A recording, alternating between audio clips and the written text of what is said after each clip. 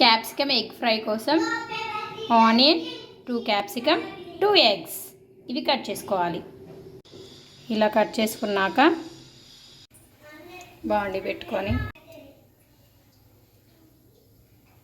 Oil వేడయ్యాక పోపు గింజలు, పచ్చిమిర్చి వేసుకొని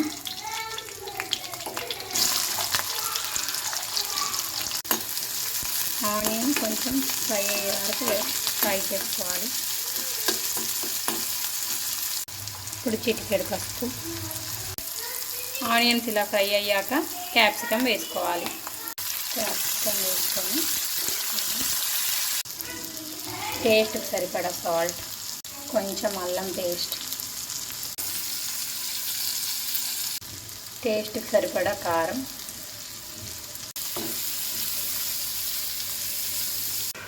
ఇలా దగ్గరగా ఉడికాక ఇప్పుడు ఎగ్స్ వేసుకోవాలి.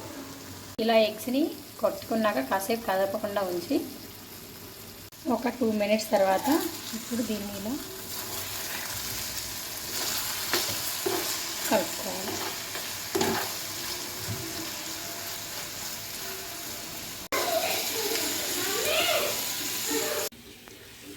ఫైనల్గా ధనియా పౌడర్ వేసుకొని స్టవ్ ఆఫ్ చేసుకోవాలి.